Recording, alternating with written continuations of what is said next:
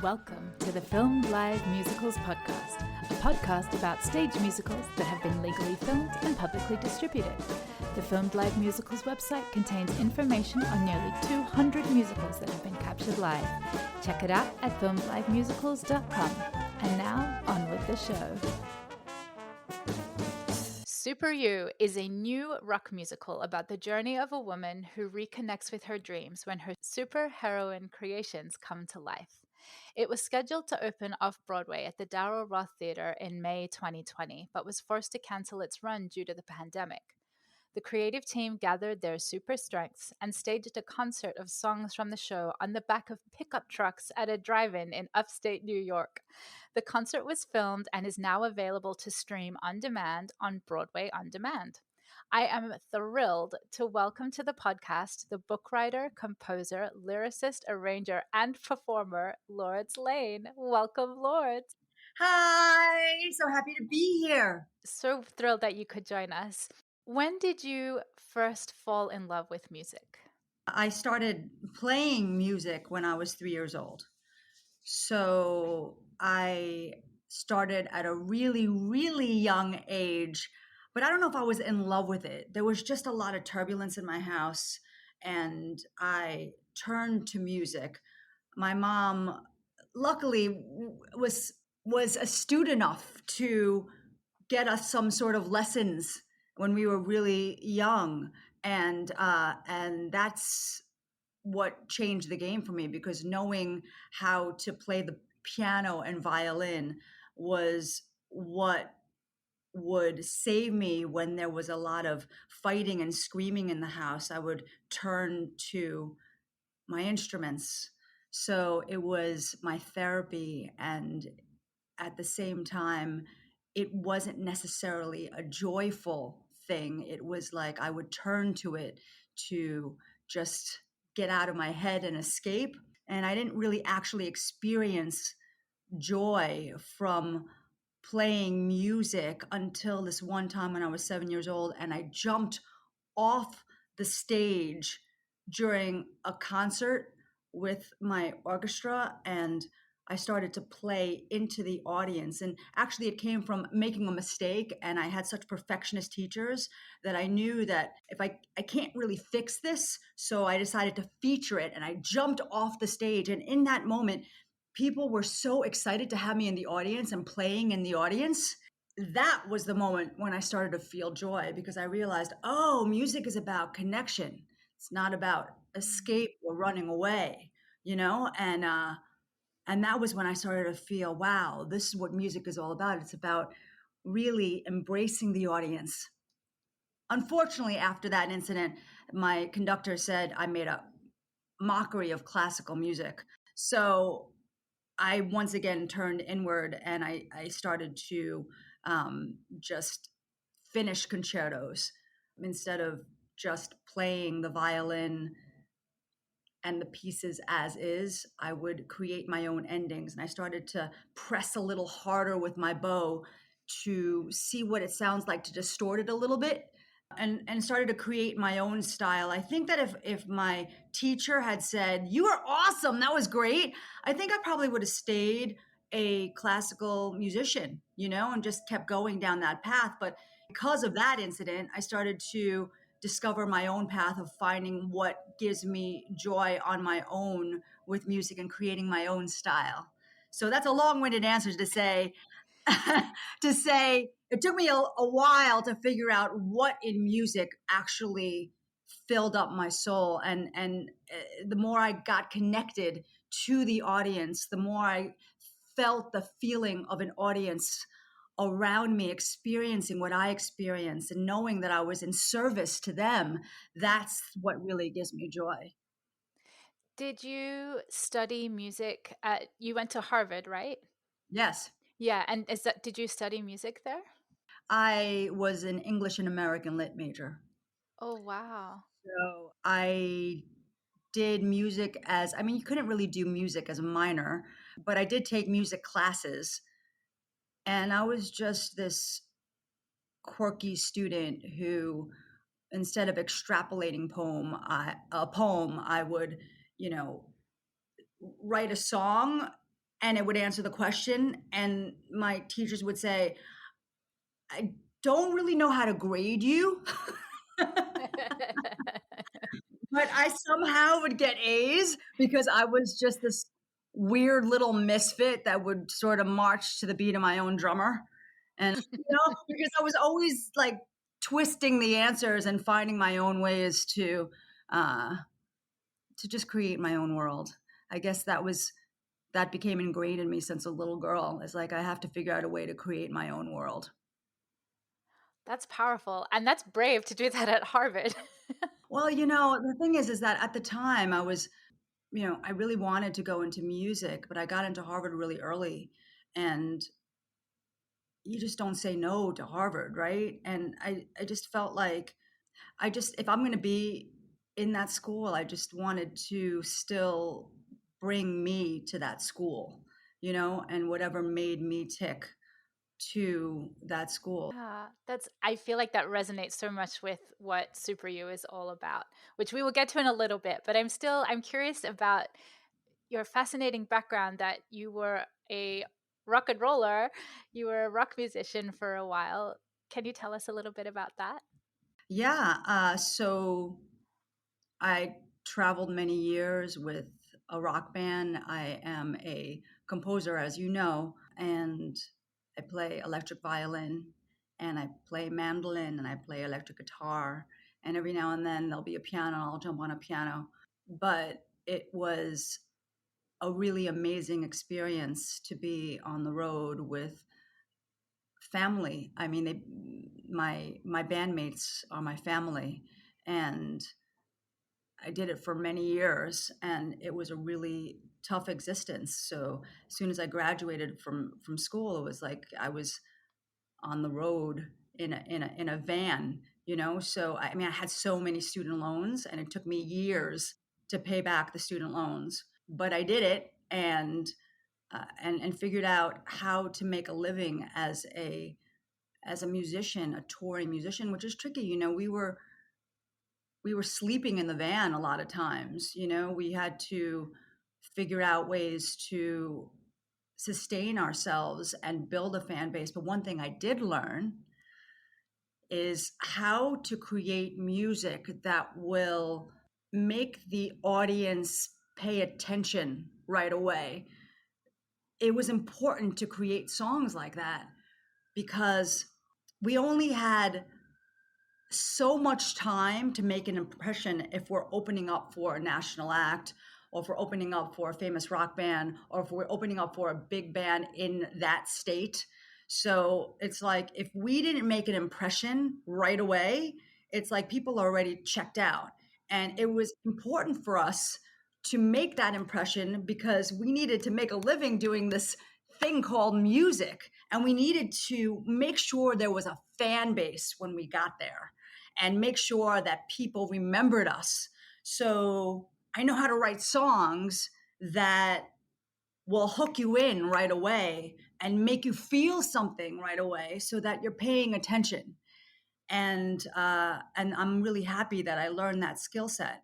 I learned how to fashion a set so that it's like, okay, we got them. We got them within the first 20 seconds. We got them in the first minute. They are now leaning in, moving forward.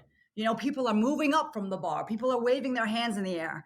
That's the energy that I learned how to create. And that's the energy that I put into our show. What led you to transition from writing rock and roll music? And I know SuperYou is a rock musical, but what made you decide to write a musical? Actually, in my travels, I know so many amazing female rock musicians and singers, and they were like superheroes to me. And every year I would host this festival called the Medusa Festival, and it would pack out this club called CBGB's. And it was a big deal. And it would gather all these amazing female singers and songwriters and musicians, and it was this platform to celebrate strong women. And that was really important at the time because it was such a male dominated industry and women's voices were not really heard. It was really important for me to celebrate all these amazing singers and musicians that I knew, that were my peers, that were my friends. And I thought, I'm doing this thing called Medusa Festival every year, and it was a big deal. And as a matter of fact, CBGB's, you've heard of it, right? You know that club. You've Yeah, of heard. course. It closed, right? And a lot of famous musicians, got their start in CBGB's, and when it closed, there was a final big show, big night, and the second to last night, it was a Medusa Festival because they knew that we pack it out.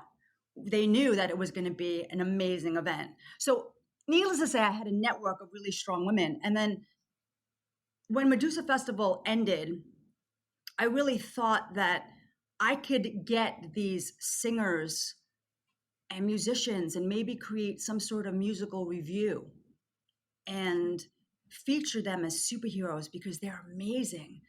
And so I wrote some songs and I thought, I'm going to call my friends and ask if they wouldn't mind singing it for a show. And so I put up a show and they were superheroes in the show. And it went over so well that people in the audience were like, I want to know the story behind these women. So what is the story, I behind these chills songs? as you were saying that. It's like, wow, that's very powerful.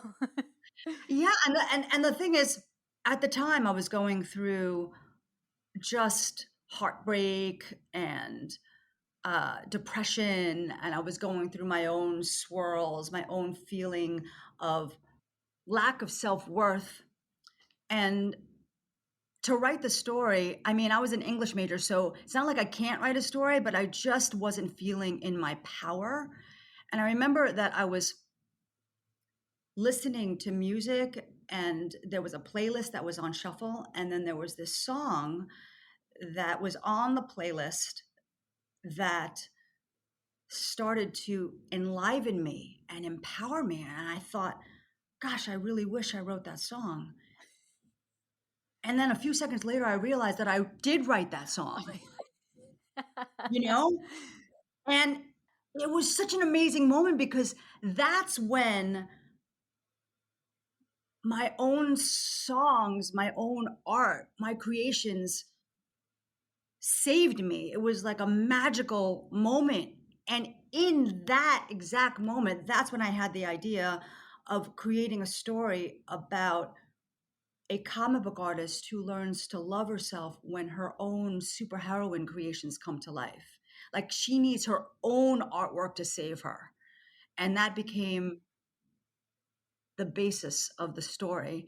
And I'm still writing the show. I mean, I have it, but it's like, you're never writing until you get on Broadway. You never finish writing until you actually get on Broadway. And And they even then, it's right. the a show is never finished, it's only ever rewritten. Exactly. So yeah, so that's the process. Oh, it's such a powerful, positive, joyful message that your past self spoke to you and that it was always in you all along. Like it's kind of cliched now, but it doesn't sound cliched the way it's so powerful Thank you to so much. yeah, it's so super powerful. I'm curious if you had ever uh were you interested in the world of musical theater? And you grew up playing classical music, but was musical theater a genre or a style of music that spoke to you prior to this?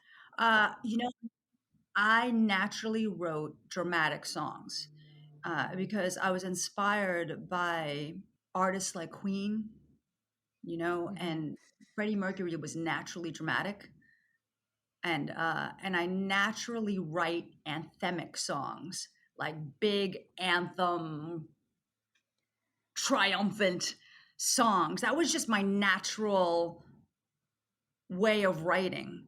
It's probably because of all that emotion I had as a child. It's like a lot of my songs go from the initial feeling of discord and confusion. And then within a 3-minute song, there's a full on trajectory to I got this, and then feeling empowered. And that was my natural way of writing. I mean, not exactly. When I first started writing music in my angsty early teens, it was like all about angst, right? But then when I started to perform it, it was hard to perform it again and again because I just didn't want to hear myself whining all the time, because it was like I would sing it and be like, all right, enough, enough, like I want to feel good. So I found that when I was singing songs that I would feel empowered, that would empower me, it was like, oh, everyone's feeling empowered too. It like worked to serve everyone else if I could take people on that journey. So that theatrical element was always a part of my songwriting, even though musical theater wasn't what I did. I mean, I was in a couple of plays. I was in a couple of, was I in a musical? No, I mean, maybe like just, junior high school, simple things, but it was not like I was a musical theater geek. But I was a natural dramatic musical writer geek. That was just, how I naturally wrote music, and I loved the theater. So I was fortunate to be able to see Broadway shows. I'm a New Yorker, so I loved seeing theater. Do you remember the first musical that you saw? I think it was Rent, actually. Appropriate. Yeah, I think it was Rent, and yeah, I remember thinking, wow, this is really cool. It was cutting edge, and I thought it was inspiring because I saw a lot of musicals on TV, and it was a lot more the classical kind of musicals. It felt very far away to write that kind of music, but Rent was like, I mean, that's home. I totally understood that. That really made a difference. That's so perfect. I love that. So, SuperYou was scheduled to open at the Darrell Roth Theater off Broadway in May last year, and of course, the pandemic got in the way of that.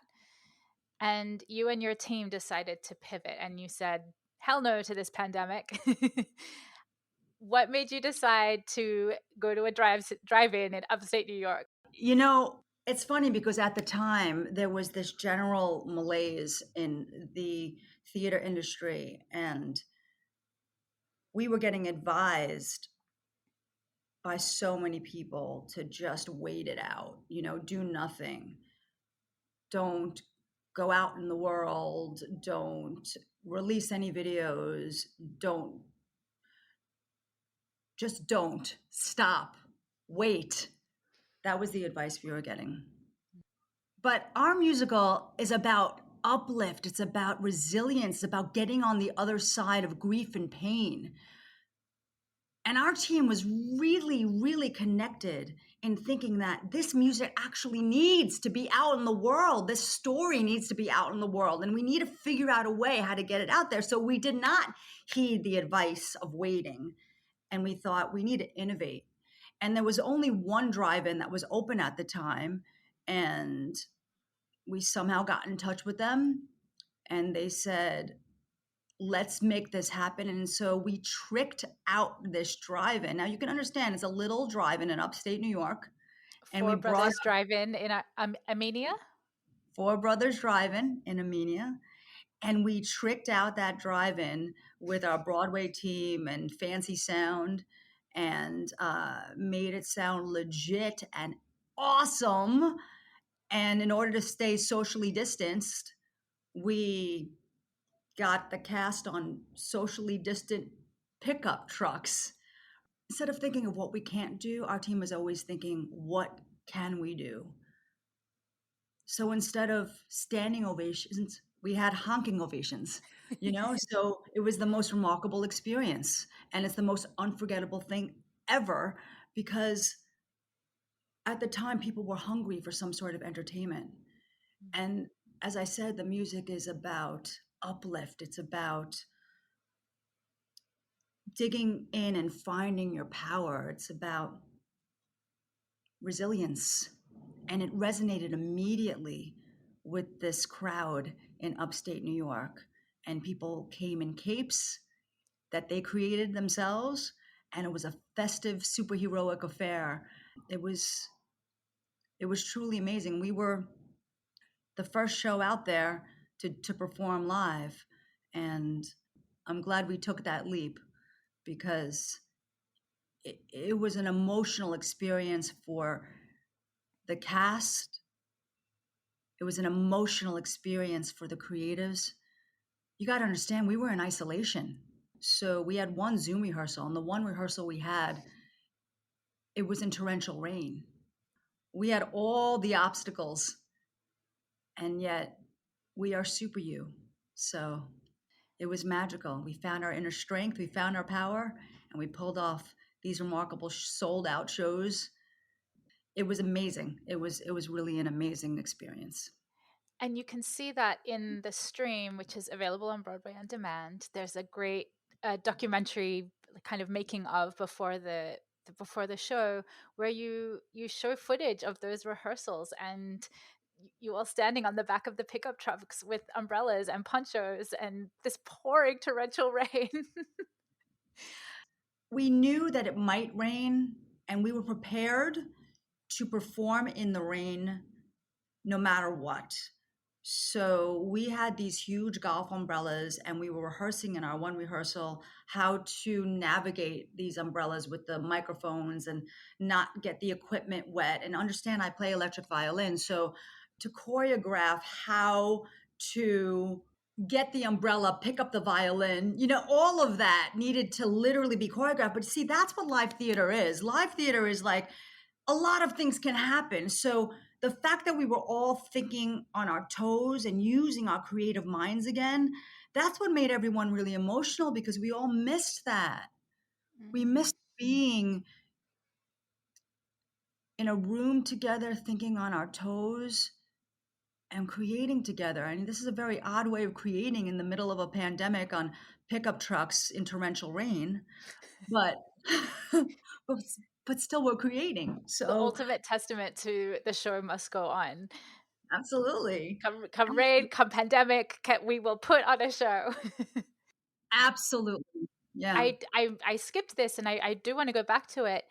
That you had released the cast album or a concept album prior to the performance, uh, the drive-in performance, and that had gone viral, right, on TikTok.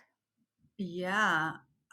It was amazing because we actually have experienced growth during the pandemic, because we constantly think outside the box. We constantly think about what can we do to get our message and our music and our show out into the world. And one of those things is just starting a TikTok page. And a few videos went viral. And within those videos, I innocently put, if you want some sheet music song, just let me know. It was like something easy breezy like that.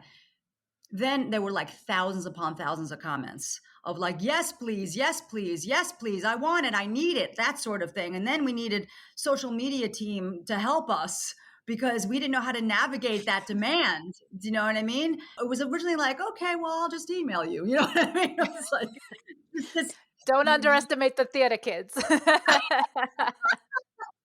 the most beautiful thing is that every day we receive these fans singing our music, and they are doing duets, and they're literally, we've released a karaoke track of one of the songs, and they're singing to the karaoke track.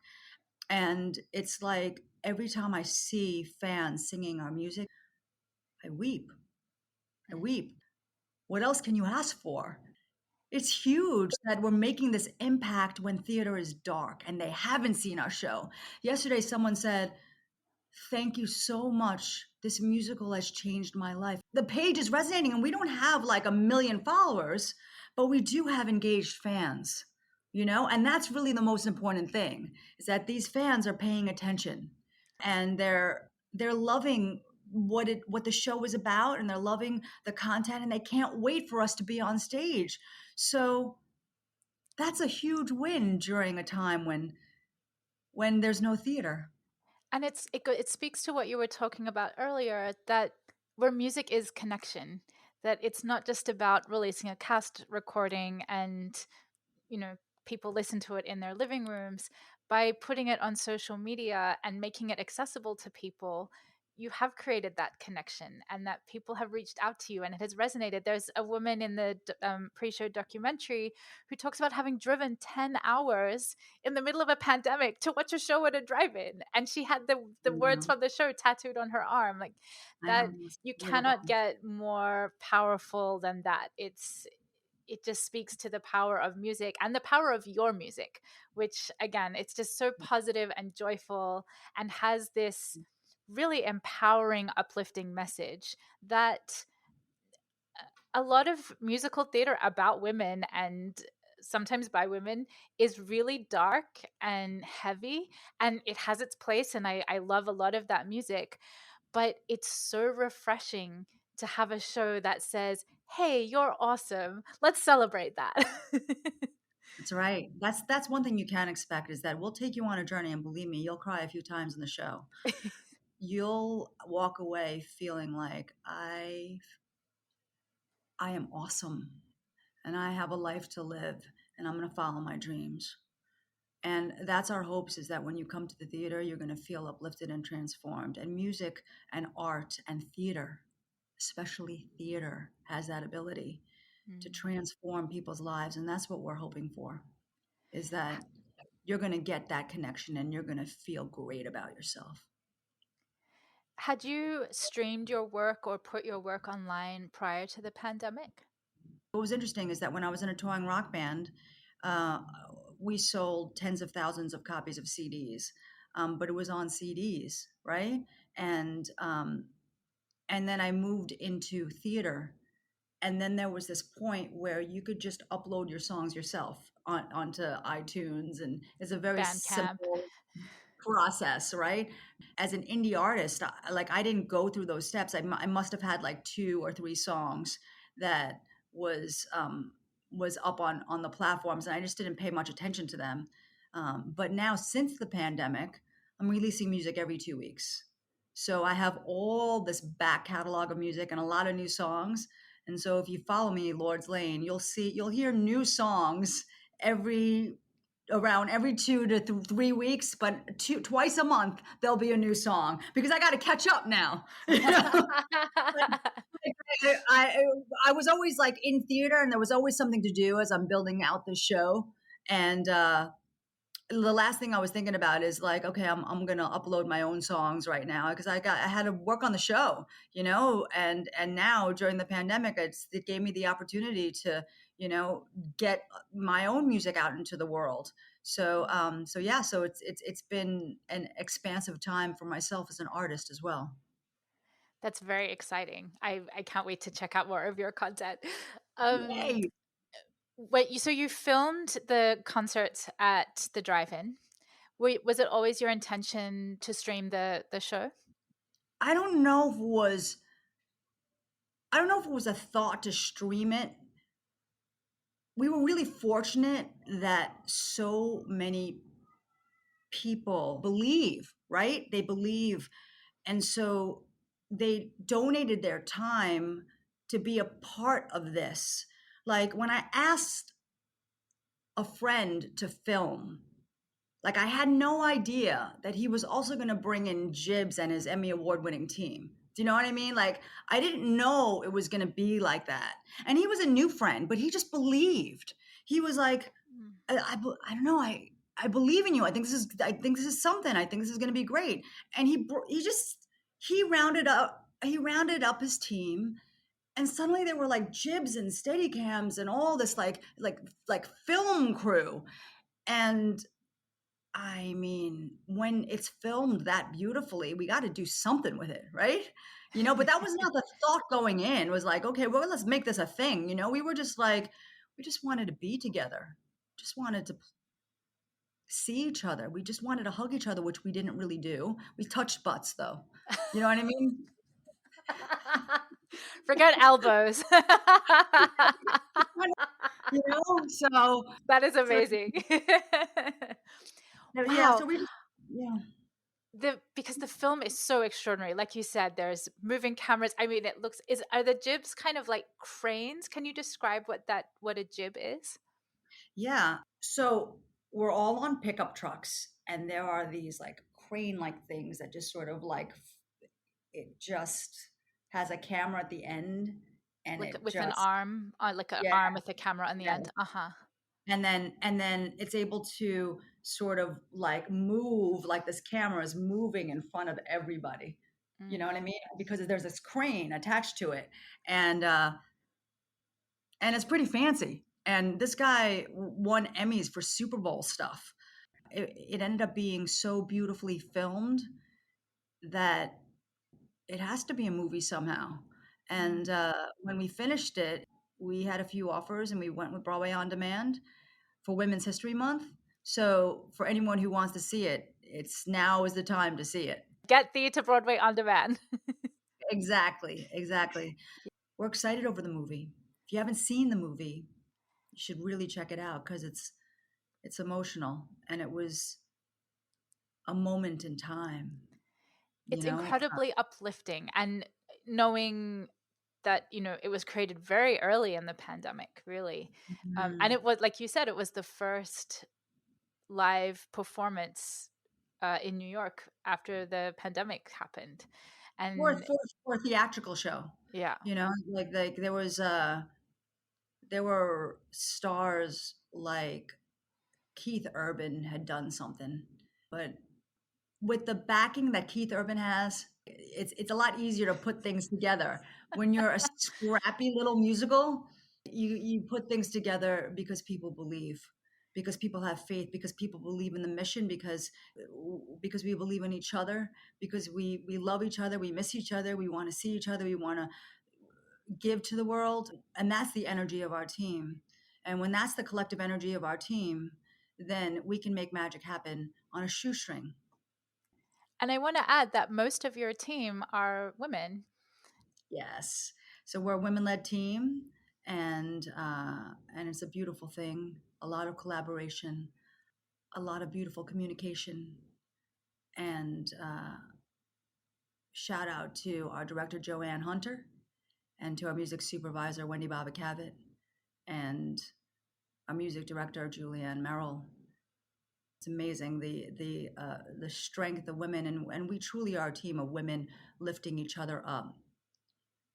Our lead producer Melissa Jones is is a phenom as well, and between everybody we just constantly support each other and think outside the box in a time when there is no box, you know? Mm. What would you say to other productions or other shows about putting their work online during this time? Do it. Do everything you can. Don't wait, create. You got to understand when theater opens up, the tried and true shows will be the first to be featured. Everyone has been struggling financially, and so people are going to go with the Hamiltons. They're going to go with the Lion Kings, and the shows that are new. We have to think of all the ways outside of the box for people to know that we're important and we're here to stay, and give us a shot, give us a theater, and the only way to do that is just get out there any way you can. Think outside the box. There's lots of different ways to get your music and your mission and your art into the world. And surprisingly, you can get a fan base even during a time of theater darkness. It can happen. And it can be an avid fan base that actually cares and responds. And, we do a lot of events where the fans can talk directly to the actors and the creatives. And so our fan base is growing, and it feels embraced. And we hope to continue to grow that. And it can happen. It can happen even now. Mm. With so much, I know so much is unknown right now, but what do you think will be the future of SuperYou? We're going to do everything we can to get this into a theater as soon as possible, of course, because that has always been our path. But we have now learned that that path to Broadway does not need to be linear. There's lots of different ways to get there. And so we're having many, many conversations on lots of different platforms, from TV to movies to lots of different platforms. And we're going to do what makes the most sense and what honors the work. And we just know that it's going to be awesome and you'll see it soon. That's all I can say. I hesitate to say this is what's definitely happening because the world is so upside down. All I can say is that obviously we have the will. Obviously, we have that driven team. Obviously, we have the content that would resonate right now. So we're going to get it out into the world as soon as possible in some way, shape, or form. And it is already out there with the film on Broadway on demand. I'm very curious. You called it a movie, and so I have this kind of obsession with the idea that filmed theater is not quite theater because nothing beats the live in-person experience, but it's different from like a movie musical. So it's something kind of in between. It's kind of part theater, part film. Would you give it a different name, or do you think it's still just a movie?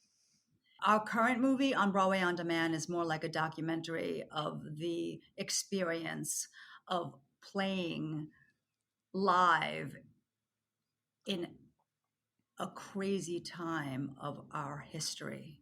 Trying to get that together was a remarkable and uplifting experience.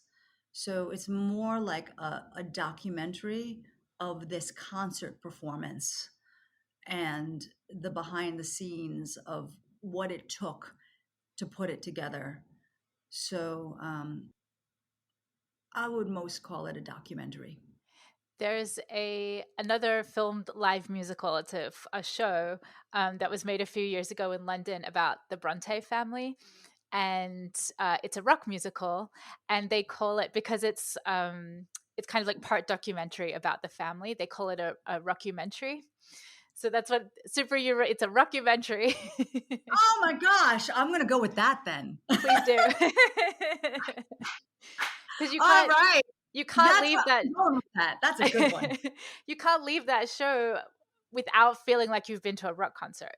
It's the rock energy in it is so epic. Even in a drive-in on the back of pickup trucks, that makes it all the more rock and roll. Yeah, and I gotta say, the cast, they're so awesome and such great sports because there were so many obstacles. It was like so humid, and it does things to your voice, it does things to your hair, it does things to your state of mind when everyone is sweating so much. And then, it was torrential rain, and with all that said, everyone just gave it 110% and performed as if it was opening night on Broadway. I mean, I still get moved when I think about how how beautiful it was for us to just get together during that time and bring this musical in whatever way we can to the world. Mm. So powerful. Oh, I'm so inspired. This is very exciting. It makes me like want to go create and just go do the thing. Oh wait, do it, do it. So I have a series of quick questions that I like to ask all my guests. What is your favorite musical? Come from away. Oh, me too. I love that show. I Do love you that show. have a favorite filmed live musical? Oh, Hamilton, Nice. right? Yeah. Where do you stand on bootlegs? I think that the more musicals could get out into the world, I think it's better. It doesn't take away from actually seeing it live. It actually brings more people to the theater, so that's my Yes. theory. Oh, I love that. What do you wish had been filmed? can't wait for the Come From Away film. I know that they're filming it. So if you haven't seen Come From Away, please see it because it's such a simple musical and it's got so much heart. And I've seen it many times, and every time I cry, it just touches me. And it's so simple and it's true, and it's about the human spirit and how we all can come together in times of crisis. And it's just everything that I stand for. So Mhm.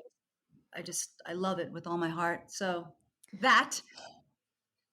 One of my favorite things about that show, apart from everything that you just said, is that when they moved into the Broadway theater, the trees that they used were like just cut down trees and that were placed onto the set, and the trees started sprouting leaves.